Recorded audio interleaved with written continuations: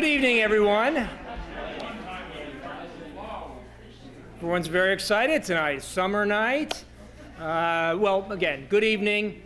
Welcome. My name is Paul O'Neill, and on behalf of Kingston's Buried Treasures, I'd like to welcome everyone here to tonight's presentation in our monthly series. And tonight we're going to learn about the famous Cordts family, who rose to prominence in the 19th century, originally as a result of the brick industry. And when we think of the dominant industries in Kingston and Roundout's history, particularly in the era of the D&H Canal, we usually think of bluestone, we think of cement, shipping, even ice. But we usually neglect brick making. And the brick industry was probably the most important of these industries, and it was certainly the most long-lasting. It lasted here well beyond the post-World War II period, right into the 1960s. And our bricks built this nation. But any conversation that you have regarding brick industry here has to involve the Cordts family. They were the founders of the Cordts and Hutton Brick Company, and they made a fortune in the brick industry. But they also expanded into so many other areas, from politics to real estate development. In fact, they're responsible for some of our most famous buildings today. But many people remember them most today for the magnificent Cordts Mansion. It really is a spectacular building. Out of all of our historic homes, I don't think any of them match the majesty of the Cordts Mansion. It's really a fitting tribute to their success. And we're very fortunate tonight to have as our featured presenter Hayes Clement. And many of you know Hayes through his many efforts in the historical community. He's served 2 terms as a member of the board of directors for the Friends of Historic Kingston. He's the current chair of the Heritage Area Commission, and he even hosts Peter Roberts and myself monthly on his radio show where we discuss Kingston's history. He's a wealth of knowledge, and he's always willing to lend a hand. And I have to say, I did take advantage of that in getting him here tonight to speak for us. So it is a great honor and a great privilege to welcome tonight's presenter, Hayes Clement.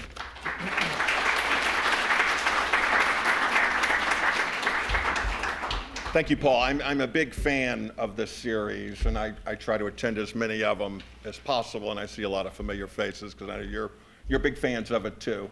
And kudos to Paul O'Neill on top of a very busy job as a commissioner of jurors that he invests the time to do something like this. You know, to think a couple of years ago, 2-3 years ago, that we would be sitting here on a July Friday evening at 5:30 going on 6 o'clock to hear a lecture on history is pretty amazing. But I was deeply honored by Paul to be asked to do this, and particularly about the topic of the Cordts family. As a newcomer to Kingston, I've lived here maybe 10 years. I'm very mindful that when we talk about the Kirkendalls and the McEntees and other illustrious families in Kingston, you don't have a connection. There is not someone to meet now with that name still living here. The Huttons there are, and the Cordtses there are. And I'm going to introduce a direct descendant who's I'm very honored to have here tonight. But the subject of this family has always been of interest to me because, like many of you, I know a couple of Cordtses who still live here and are still very active in the community and sort of embody what is impressive to me about this family. Lots is written and recorded about the Kirkendalls, the Cornells, the McEntees, but less so the Cordts family. And despite the fact that their family home, Edgewood, is still standing, looming over Punkhaki, and pretty much the same sort of state of grandeur as it was when it was built by John H. Cordts back in 1875. And while the Cordts family did not sort of play on a national stage to the extent that maybe the McEntees did, or certainly the Kirkendalls or the Cornells did, their role locally was every bit as prominent, and maybe even more so in terms of the local community, and longer lasting, because it sort of extended into some things beyond industry, beyond mercantile, that a lot of other families weren't really interested in doing or touching, and that includes local politics.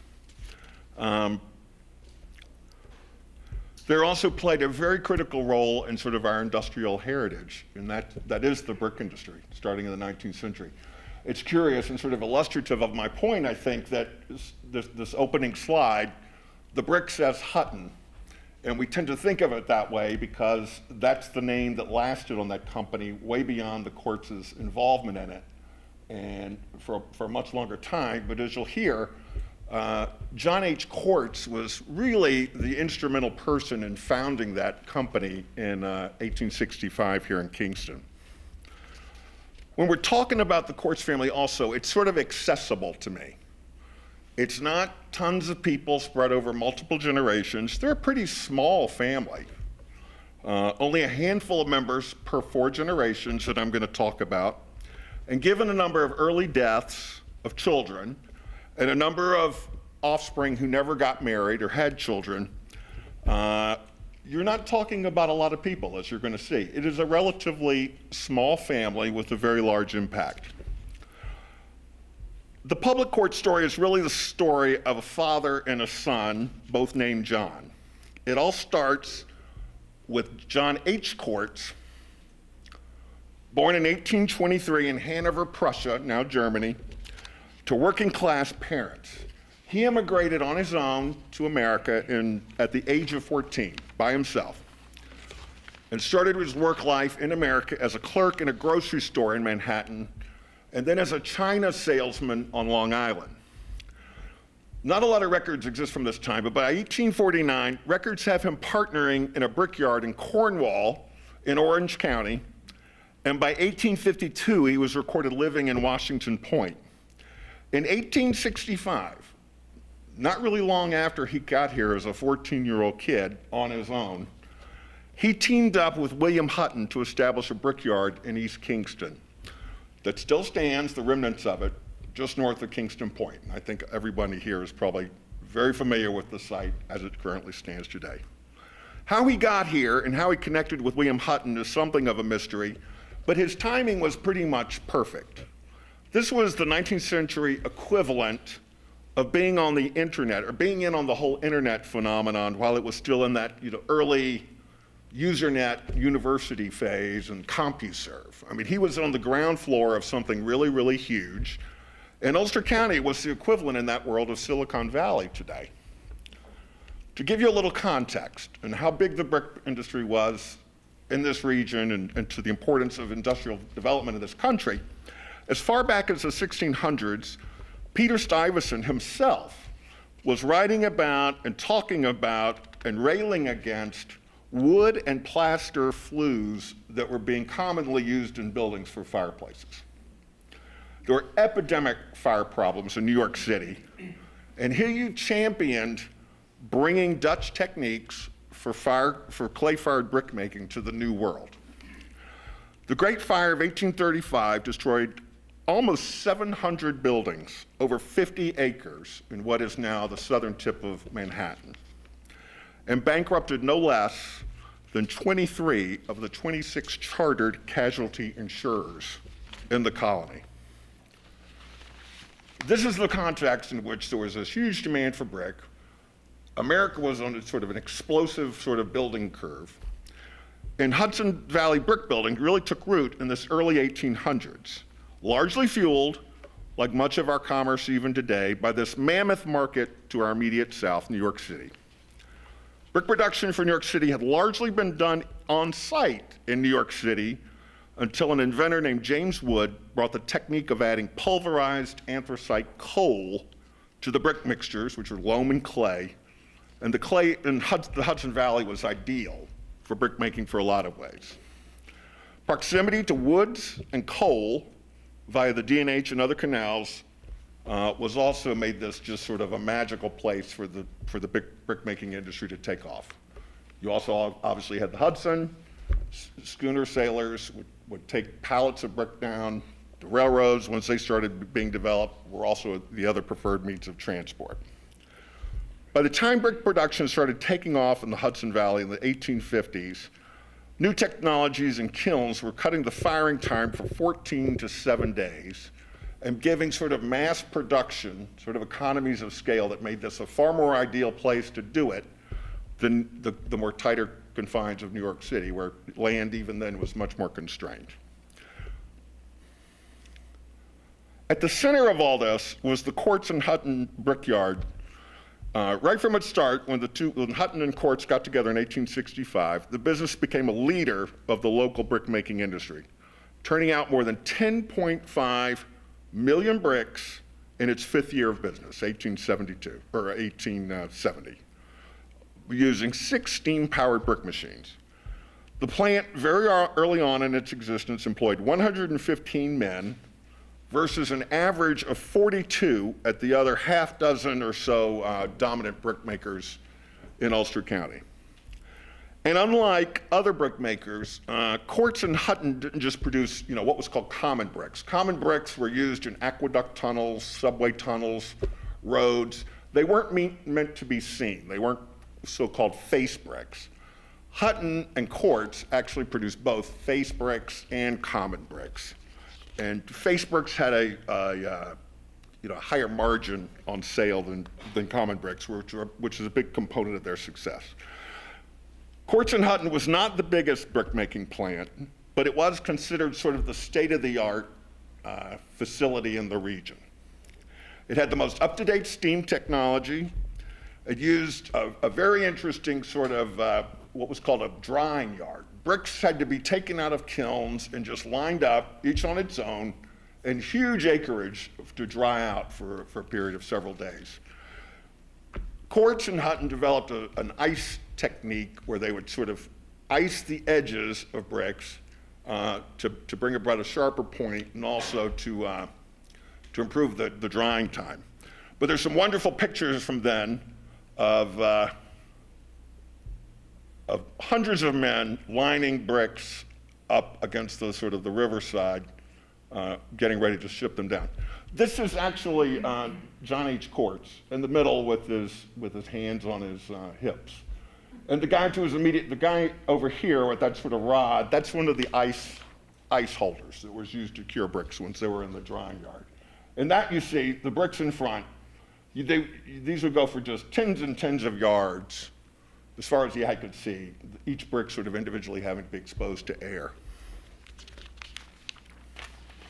Brickyard wages then range from $2 to $3 a day for skilled workers and $1.25 for unskilled apprentice labor.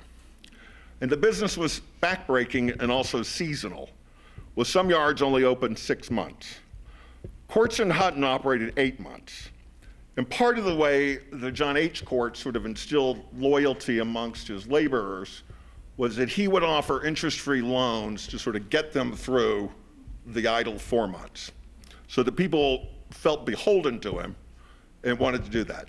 A lot of other brickyards, there were bigger ones. There was one up in Glasgow that was turning out sort of 22 million bricks a year, versus the peak at Hutton and Cordts was about 18 million a year. But they were sort of beset by waves of different Irish, Italian folks coming in, and a lot of labor turnover and production problems and sort of quality control issues. Cordts and Hutton, a big part of their financial success was because they were able to keep their labor force relatively consistently, they didn't have as many production problems. An even bigger part of Cordts and Hutton's success was that John H. Cordts was extraordinarily shrewd in the site he picked for the brickyard. What's called the Steep Rocks, which borders that, the sort of cliff formations bounding that East Kingston property, has a big wooded area, or did, and that woods alone could yield 1,800 cords of firewood per year, which kept a consistent and very sort of easily accessible source of firewood that was demanded at the kilns. It was also very accessible with the D&H to get anthracite coal there, which is another key component of the brick-making process. While it's commonly thought of today as the Hutton brick business, since that's the name it went by after 1887, in truth, William Hutton was never the day-to-day guy on the site managing that business. He had a bigger hardware and lumber business at the time in the Rondout, And so his focus was actually more there. They were more financial partners in name than anything else. Cordts, for 25 years, from 1865 until he retired and sort of detached himself from the business in 1887, was actually the guy on site running this business on a daily basis. It was Cordts who was the hands-on partner. Cordts was not all business.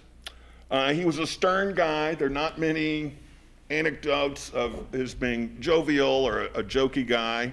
Very stern, very German, very involved in the proper sort of causes of the day. He was the prominent sort of benefactor of the Evangelical Lutheran Church, still up there on Livingston Street.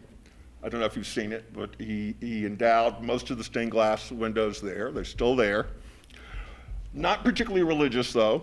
I think it was more sort of a sense of duty and propriety that he was involved in that. But there's no record of him having a particularly strong religious conviction, but very much admired by his workers and his partners and his customers. Not all business. He married Elizabeth Lau of Newburgh in 1851, and they had 3 children, 2 sons, John N. and George, and a daughter, Delia. George died very early of a respiratory illness before his 10th birthday.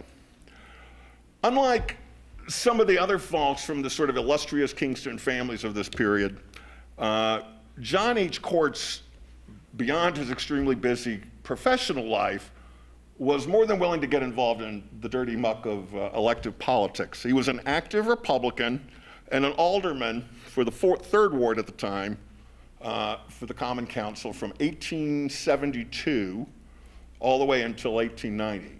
And as a former alderman of the Common Council, different time, that's extraordinary to put that on top of a professional life as busy and as hectic and as serious as his.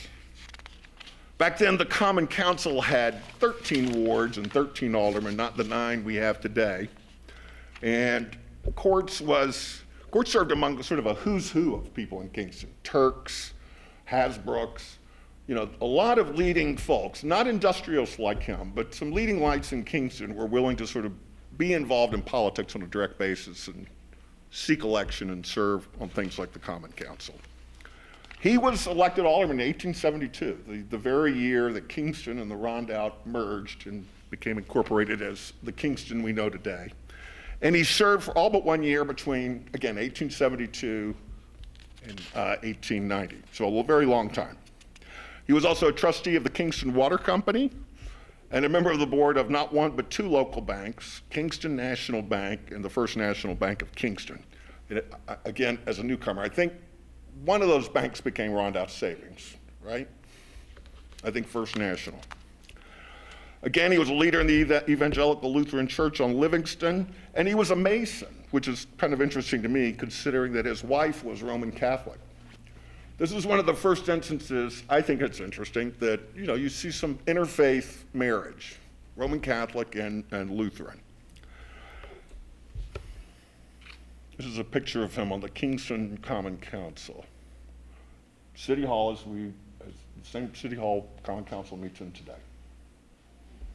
We don't dress that well for most meetings now. In 1873, not content with a busy industrial life and being on the Common Council, he endeavored to build what's called Edgewood Terrace. Again, one of the grander houses in Kingston's history, and really the only one of that vintage and that scale that still survives today. House was 8,300 square feet, just the main house, on more than 15 acres, and it looms over Punkaki. The house was grand even by the standards of the day. 30 plus rooms, a 32-foot long center hall, ornate stained glass, some of it by Louis Tiffany, a cavernous attic, no fewer than 7 hand-carved marble fireplace surrounds, a large barn and other outbuildings, all overlooking downtown Kingston and the Hudson. And the scene of much sort of social gathering, political and for customers and family. This was Cordts' equivalent, really, of living above the store. and most of his employees. A lot of families in this era were moving to West Chestnut Street and other fashionable addresses. Cordts and his wife very much wanted to stay in Pankaki because they wanted to live and keep an eye on their employees, their business investments, all of this stuff. And always resisted any kind of suggestion that they move over. Calvert Vaux at the time and some developers were developing West Chestnut. That was sort of fashionable. They were going to stay put here. And in 1875, right at the time West Chestnut Street was being developed, they insisted on building the biggest house of all in their preferred neighborhood. The interesting thing about Cordts and being sort of associated with the brick business is almost as quickly as the family entered that and made a huge mark in it, they were gone. Cordts left the business to William Hutton in 1887. So he was really in it for 22 years. And he split the investment with Hutton. They had a number of ventures together. Basically, the way it worked was Hutton got the brickyard and Cordts got everything else. Banking interest and mostly real estate. By 1991, just sort of 4 years after he had retired, he died at home at Edgewood Terrace at the age of 68. Big funeral, big monument in Montrepose, one of with the Huttons and the Cornells and other families, one of the first families that sort of staked a large presence in that cemetery. And this is shortly before he died. This is the monument. This is maybe a year or two before John H. Cordts died. This is the monument following a service at Montrepose. Again, he had 3 children, 2 of whom survived. His surviving son, John N. Cordts, was born in 1865, the same year that John H. and William Hutton formed their partnership, and never went to college. He was educated in Kingston public schools, but at the time he was at Kingston Academy, which for many families sort of passed for college back then. He was pulled out of school because his father, in failing health and with other commitments, needed him to assume some of his responsibilities at the brickyard. Again, in his 20s, his father is dead. His father has left a very varied and large portfolio of real estate and banking investments. And John N. is sort of, without much formal education, is sort of expected to rise to the occasion and manage all that for the family. He was successful at it. He also founded with Nicholas Stock, a very successful furniture retailer, a company called Stock and Cordts, whose main store was on Broadway downtown in the Rondout, and then later, right on Broadway where the Earl Fiden building is right now. That was sort of what he was known for, and that was sort of, if somebody were to ask him, what's your line of business, what's your trade, it would be furniture retailing. But the truth is, the family by that point had a number of real estate investments, and that was as much a full-time job, just sort of running that as anything else. They basically owned both sides of Fair Street, from John all the way down to Main or a little south. They owned the Kingston Opera House, the Orpheum Theater, and all of Fair Street again, where that building with Le Canard, the family office was in there, and a number of apartment buildings and single-family homes throughout downtown, where a number of his workers resided. John M. Cordts, again, born in 1865, married Matilda Stock, the sister of Nicholas Stock, his business partner, in 1893, and they had 3 children. This is a carriage ride up at the family mansion, Edgewood.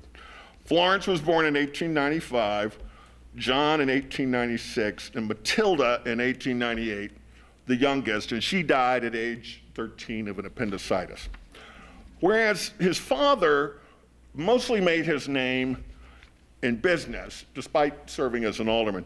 John N. was much more involved and interested in politics. Like his father, he was very active in the Republican Party. And he was chosen as a presidential elector in 1900 at the age of 35, which is an enormous honor back then. And he was a William McKinley elector to the Electoral College when McKinley had just won his second term.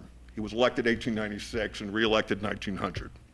There's an urban legend, and one of the stories I've often heard and sort of drew my interest to the John N. Cordts was being sort of a patron, being big Republicans in what was then a competitive state between Democrats and Republicans. They were big patrons of McKinley. Rumor, and maybe some of you have heard this story too, but I had heard a story that William McKinley, who was killed in September of 1901, he was just barely inaugurated to his second term, he was assassinated in Buffalo at the Pan American Exposition by an anarchist, or self-styled anarchist. The rumor, if you go to Edgewood today, a prominent artist owns it, the only furniture original to the house is in the dining room. And it's very Victorian, the house is Second Empire, very dark, velvet curtains, the whole thing. I mean, you need a flashlight to sort of get to your chair in the evening. The rumor had it that was one of the last places William McKinley stopped on his way from Washington to Buffalo, was at the Cordts' house, and that indeed was that table and those chairs were, where he ate one of his last meals. That's not apparently true.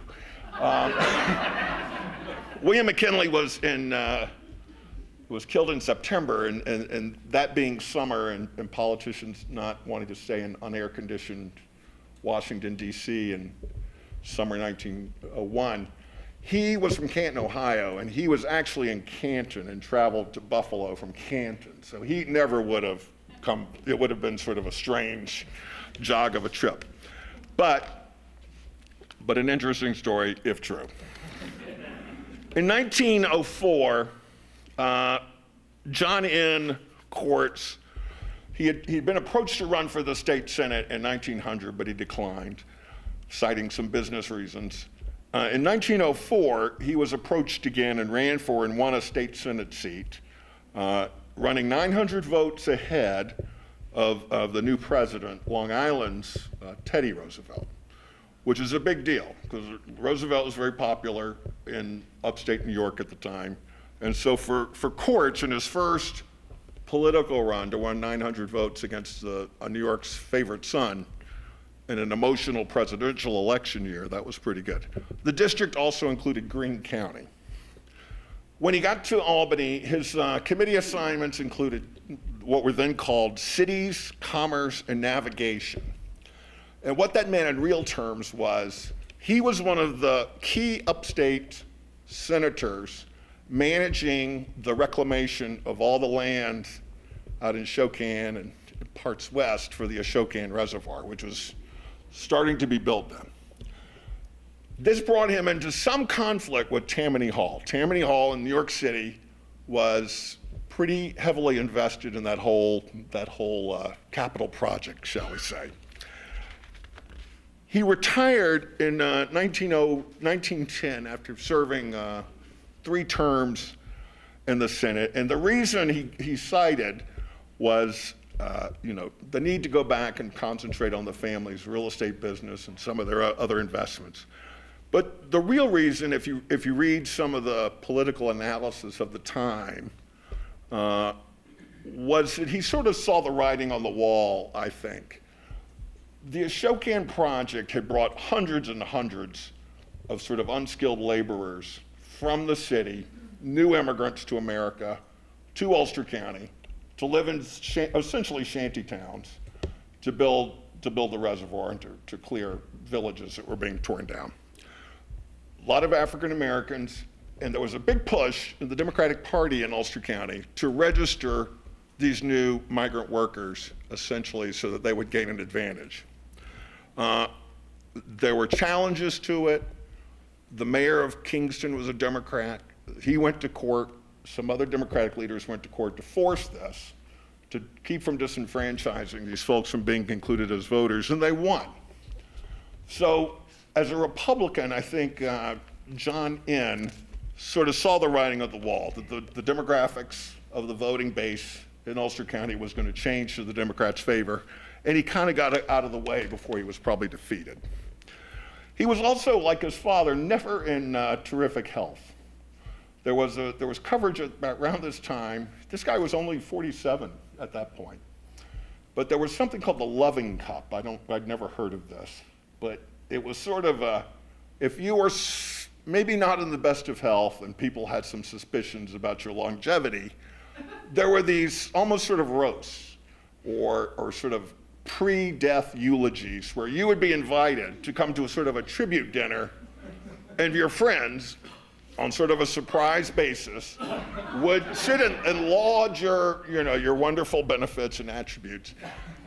There's a very long story about one that was held at Edgewood for John N. Cordts. And apparently it was a surprise. Apparently he wasn't feeling great.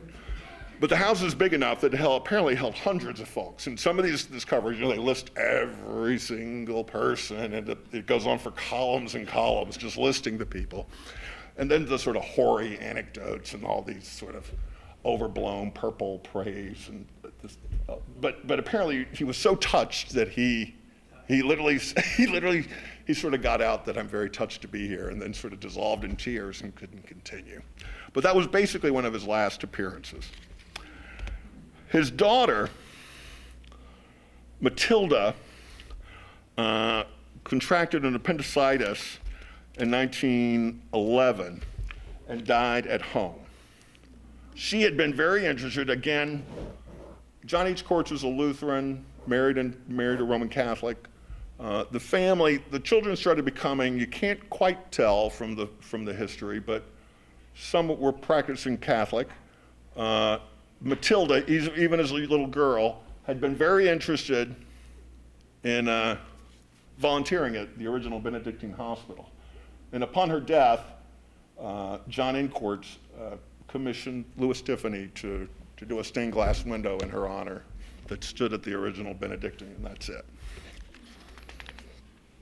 2 years later, John N. died himself, also of an appendicitis, at home, just like his father before him, at the age of 48.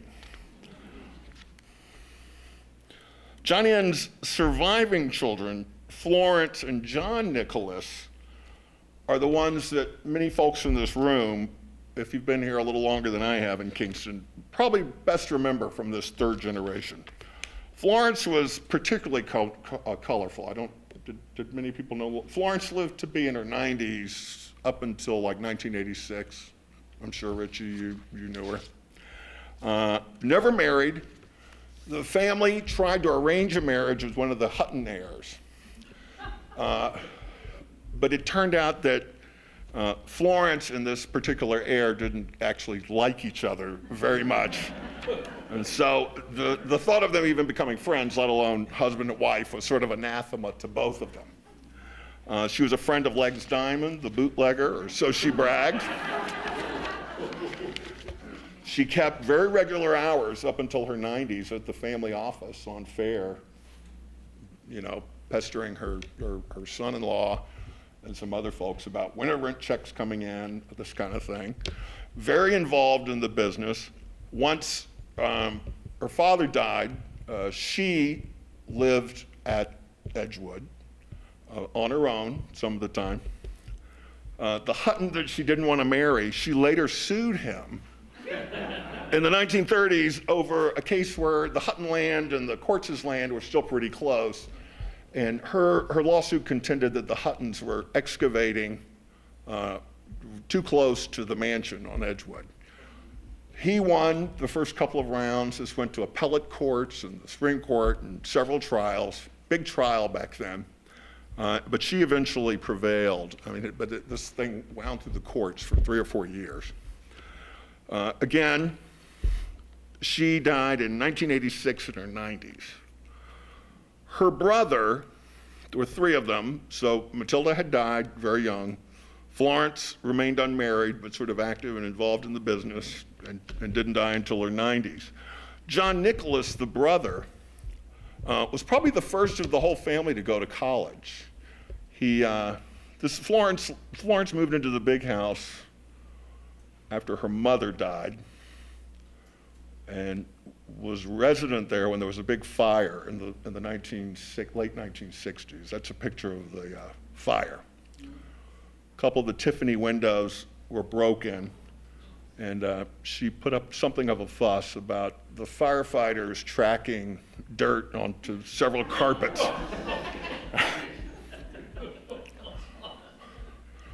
John Nicholas, whom some of you knew or might have, was actually Florence's younger brother. And though he was the man, and he was the first of this family probably to go to college, a huge West Point fan, big athlete, sort of delighted in being a benefactor of West Point and taking his family down to every football game. She pulled rank with him, according to the one daughter, because she, birth order, she was before him. John ran, after finishing college, ran all of the investments for the family. His mother was still alive and outlived him by 8 years. Florence was still alive. They had a big hand in it. Sort of a complicated, probably, business situation. John died in 1962. John was married to Catherine Dean, also of Kingston, who many of us knew, because Catherine just died last year at the age of 109. Lived on Maiden Lane. Yeah. Catherine and John had 3 children, all of whom they raised on West Chestnut Street. They were the first big branch of this family to sort of finally get with the program and move to the fashionable street. Lived right across 55 West Chestnut Street. And some of them we know today. So John, their oldest son, is 87 and lives in Colorado. Tildy Cordts Davenport, whom a lot of us know and who's usually at these things, is actually in Colorado today visiting John, her brother. And finally, there's Carol Hine of Kingston, whom I'm delighted to say has joined us today. Carol, do you want to? So Carol.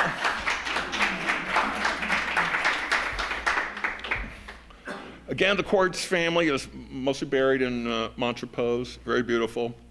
I want to thank Carol and Tildy for their cooperation with this. I know Carol's sort of like her father and maybe a little more reserved about these things. But I think that's sort of the testament to this family. Not flashy, but very productive, the real sort of workhorses among sort of this industrial class of titans in Kingston. And I'm happy to answer any questions you might have about it. Thank you.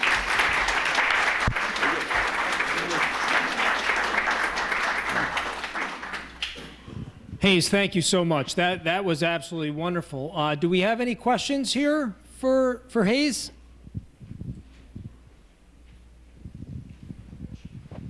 Hayes, there's a building on Wall Street where Bob Tatatum is, and I think there says Cordts on that. Was that one of the buildings they owned also? Okay, thank you. We have any other questions? John H. Cordts, he did not sort of grow disenchanted with the brick business. It was all about the fact that, he knew he didn't have a terribly long time to live, probably. But by the time he was 22 years into running that brick business, he did have sort of strategically, he thought, I'm going to grow more money in the real estate business here. I'm going to let the Huttons do the hard work here. But it was also because their real estate holdings had become so vast that he just did not have the bandwidth to manage all of it. So he focused on the real estate and the banking. Ed? I remember Florence. She used to get printing from me when I had a printing business, and come in there quite often. Very nice lady. And one story I heard about her was that a young man who had a store uptown Kingston, which I won't mention, his mother was a friend of Florence Cordts.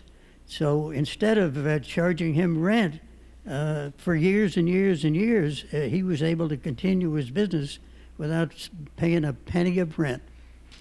That was Florence Cordts. I think I would have been a great tenant for her. Tony?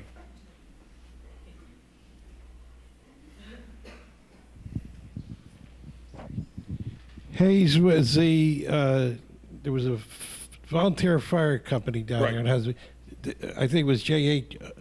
Cordts. Where did that originate from? John N. Cordts funded that and named it in honor of his father. But that was John N.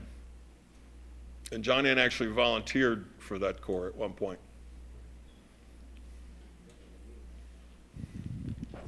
Hayes, do you or Carol know if that window in the Benedictine is still there? Is it in the chapel? Oh, all right. Which Benedict, would that have been the Benedict? In the center with the Yeah, angel. yeah. Do you know where it is? Well, there've been, what, 3 Benedictines? So I'm not sure where it is. And it may be, it may have been moved to the Lutheran Church. Or it could have been in the convent. That Yeah. building in the convent. Right, yeah. That probably would have been the Benedictine on West Chestnut Street. West Chestnut? I know it's not in that. I mean, I've been through that. There are no stained glass windows there. It'd be wonderful to find that. Yes, my wife and I had the privilege of going to Catherine's Court's last 8 or 9 birthday parties Yeah. before she deceased, and she was a remarkable lady. Right. She had a great sense of humor, a wit about her, but as she got older, it's funny, we would get there and there were a few people invited. Her daughter, Tildy, would give her a little glass of wine to slow her down. Right. And as soon as she had that, she was out. But she was remarkable, really. It was a privilege to know her. It really was. I shouldn't tell this story, but since Bill and Tildy aren't here, I'll go ahead. They were coming to my house. This is probably 8 Christmases ago for dinner, and her mother was very sick, had pneumonia, Carol. And I remember Tildy called me that afternoon and said, I hate to cancel on you at the last minute, but my mother is 102, 103. She has pneumonia. We're sort of on standby because, this looks very serious. And I'll never forget, like, every Christmas, the next 6 Christmases after that, I was like, Tildy, how's your mom doing this Christmas? Are you on standby? And she would just sort of, but she was incredible. I mean, the health and the things she recovered from illness-wise, well into her hundreds.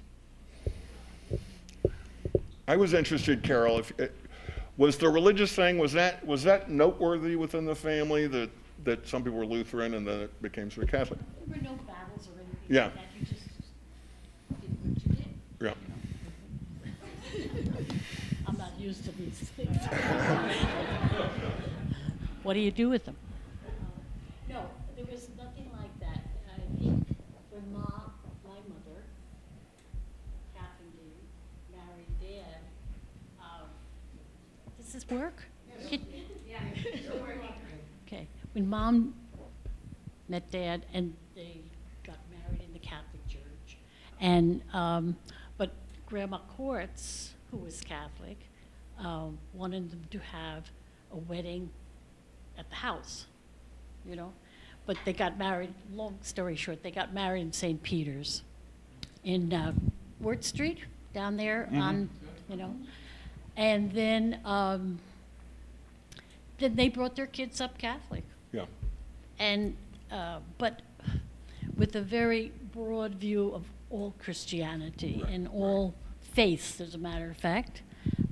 We're always welcomed into the home and always very, they were very considerate and cordial with each other, It wasn't that we're Catholic and we don't talk to anybody like that. Right. It wasn't that kind of thing. It was a very open-minded family, and that's the way our mother Yeah. and Dad wanted it, So So that's the way we grew up, and I think that still exists. And I have to say that this is a beautiful group of people here. And whether you know it or not, you people are very, very important to the community. You may not have had that Cordts name. They were low-key. They weren't really highfalutin. But you know what? Each one of you, to be perfectly truthful, in your own way, in your own space and in your own time, are very, very important to this community and to all the people around you. So, bravo.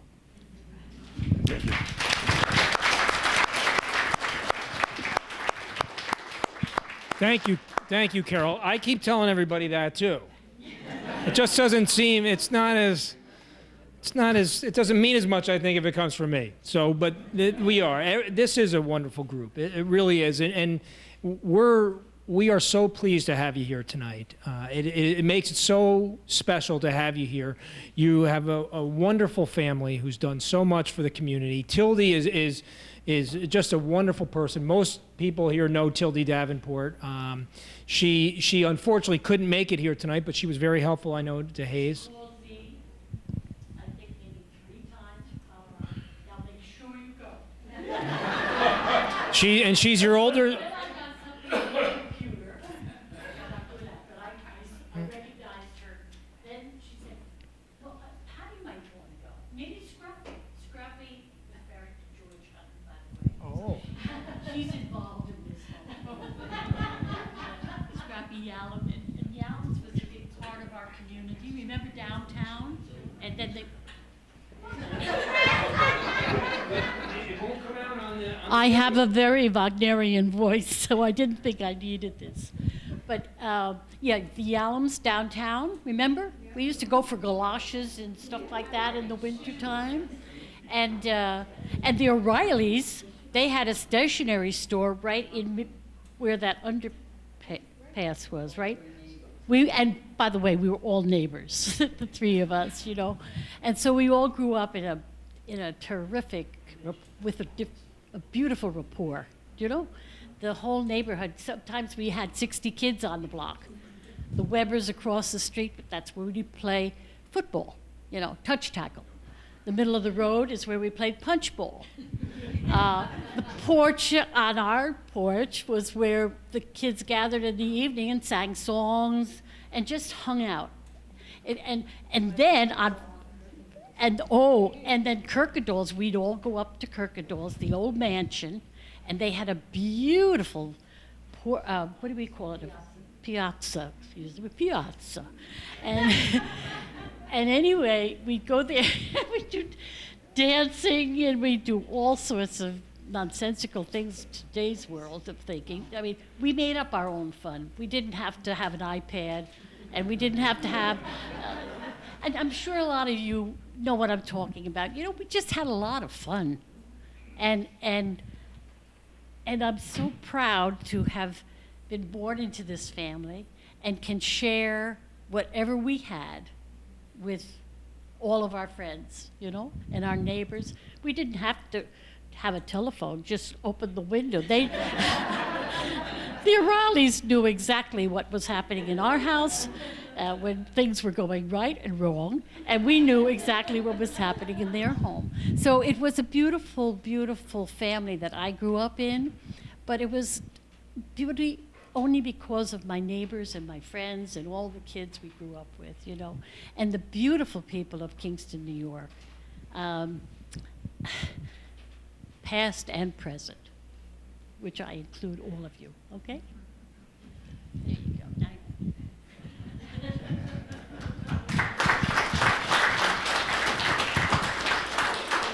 And it's nice to see that we have a Cordts and a Hutton sitting next to each other. They've resolved their legal differences, and look at that, the best of friends. So look, it's a wonderful lesson we learn. Carol, I also have a Grandma Cordts. You do? Or I had a Grandma Cordts. I'm too old to have one. And I saw the name Cordts. And so when I discovered the mansion, and I'm from Poughkeepsie, and but originally from Kansas.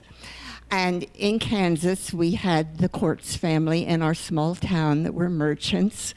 And when I went up to the door and knocked, Florence invited me in, and she was the most refined, gracious, lovely person. This was in '86, so it was long after that she died. And she even invited me to come back, but I never got to see her again. But I just wanted to tell you what my impression was of her. And I wanted to mention that the picture on the wall looked just like my uncle. So there's possibly some connection, yes. Thank you. The mansion was a B&B a few years ago. Is that still so? The mansion went out of the family's hands in 1986, right, Carol? And it's gone through, I know at least 3 ownerships, and it was a B&B for a while. An artist, pretty prominent artist from the city owns it now, a guy named Hunt Slonim, who has several large sort of estate-type houses, one in Louisiana, that one, and a place in the city. I know that I've been through it a couple of times. I know that he had it fully furnished. There was the original dining room furniture, but then he went to auctions in Hudson and other places and fully outfitted the entire 30 rooms of the house, in pretty spectacular fashion. I know that he then decided he wanted to sell it, and the auctioneers came in and sold everything. And I think he sort of got exasperated when he hadn't sold it, and now, the last I heard, he's sort of repopulated again. It's all refurnished, and he's sort of back in residence. But if you haven't seen it, it's a pretty spectacular place, and it's particularly interesting because it pretty much looks, I'm sure, the way it would have looked in the 1870s. It's a remarkable place. There's it's got an attic. There's the attic in that place. It's almost like a ballroom. I mean, it's one of the most spectacular things I've ever seen. Well, many years ago, and I'll say 10 years ago. 10 years ago? About 10 years ago, he opened his home and the barn where the stable, it used to be the horse stable, and the carriages. There were some carriages that they had preserved or pulled out of the old barn and cleaned them up. And he opened it up, and it was for a fundraiser, I believe. Was anybody there? Please? Maybe that was what it was. And he opened it up, and when you go in, he had very beautiful art, a lot of birds, like very exotic birds, and colorful. So each room that used to be, that I knew growing up, each room was colored a different color. I mean, each room was very different, and in each room the art went with the background, the color. But it was these exotic birds from where, I don't know where they came from, but anyway, they were beautiful. But that was his drawing card in the art world. And he has sold many of those pictures. He had this sort of signature look for a while, and it's still maybe, it's sort of seagulls, simple brush strokes. But the last time I was there were hundreds of these canvases. I mean, Right, exactly. I mean, for a house this size, I mean, you think about furnishing one of these rooms with enormously high ceilings and things like this. This is somebody who literally, there was almost too much stuff. I mean, if you could possibly imagine being able to do that. It was kind of like this room, except three more rows of paintings going up. But pretty spectacular. And again, like nothing I've ever seen in terms of something that, when you walked through the door, it was just, you felt like you were back in 1875. So creative. He was so creative with his talents, And I just remember as a little kid sitting in one of the chairs in the living room, one of the living rooms. There were 4 of them, you know? So one of them, the most used, and going like this, going like this on the wall, and these walls were inside were brick, and they were solid. I mean, they couldn't burn that house down, I think, you know, because it was so, all the walls were really brick, and of course they had whatever you put over. Carol, you sort of, your family would go there every Sunday for lunch, I Chicken every understand, with your Sunday, grandmother? right. Yeah. Yes, yeah. We have to go down every Sunday. My mother would dress us all up, you know. Her mom, Grandma Dean, made our little dresses, and she dressed us all up. We'd go down, chicken every Sunday, and Grandma Cordts was at the head of the table, and that's the way we were brought up, you know.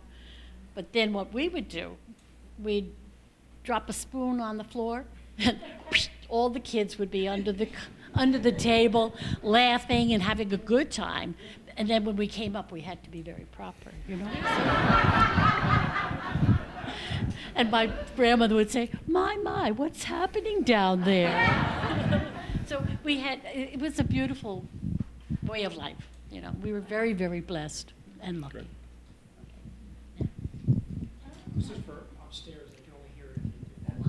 That's right. I stopped by the Cordts mansion to invite the resident there to come down to explain we're having this talk and maybe he'd like to come. What I was really hoping is that they'd open the door and say, "Oh, hey, come on in." Show me through the house, and then maybe he'd say, "You know, I'm not around a lot. It would be nice. I don't like to play with nobody here. Why don't you come live here? You don't have to pay anything." Right. But unfortunately, that was not to be. He was never there. There were always people working there, so it was too bad. We would have liked to have him here. It would have, but it's wonderful to have you here, Carol. It really is. Yes. It really is. Can we see that picture of Carol when she was a young girl? Yeah. Yeah, the question is, there we go. Carol, you're there? Oh, there's Carol. Tilly's the middle one. Tilly's the middle one.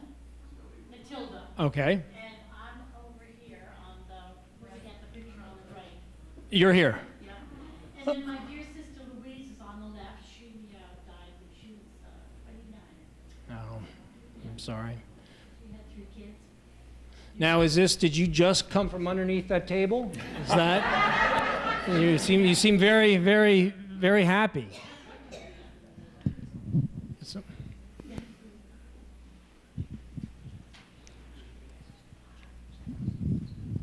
I just wanted to say that Mrs. Cordts, your mom, taught at St. Joseph's School, and she was a wonderful teacher. And there's so much history sitting over there in those 3 chairs about West Chestnut Street and the families that grew up here in Kingston.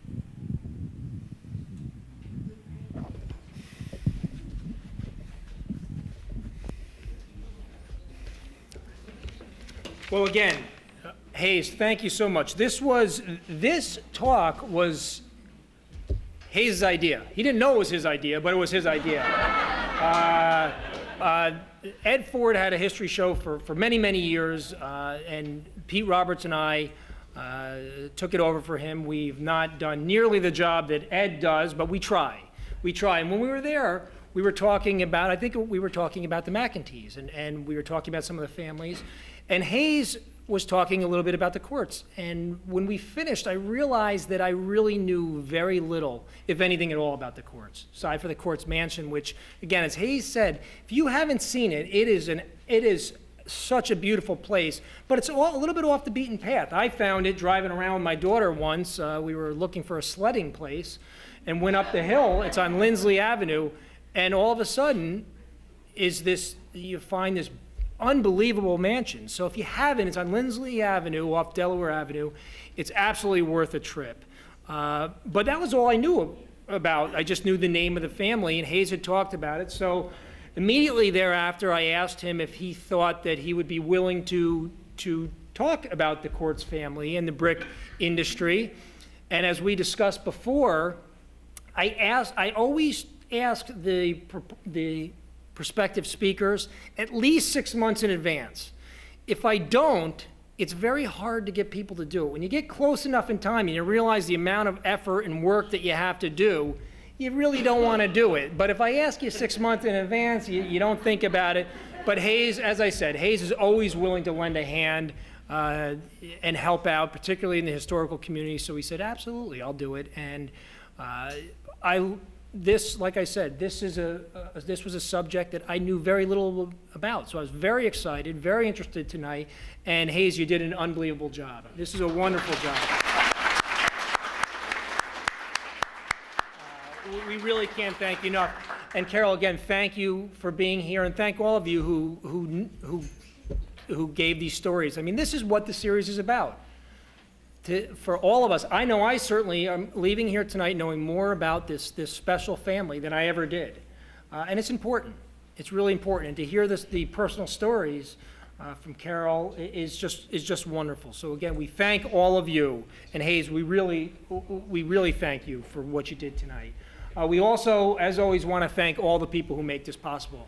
Bob Rizzo always does a wonderful job recording these, and that's why, Carol, I apologize. I was sticking that microphone in your face. That isn't the microphone for the sound. That's the microphone for the recording and for upstairs. So we don't want anyone to miss out on that. Bob does a great job. He records all of these. If you want to get this recording or of any of the series that we've done over the past 3 years, you can contact Bob.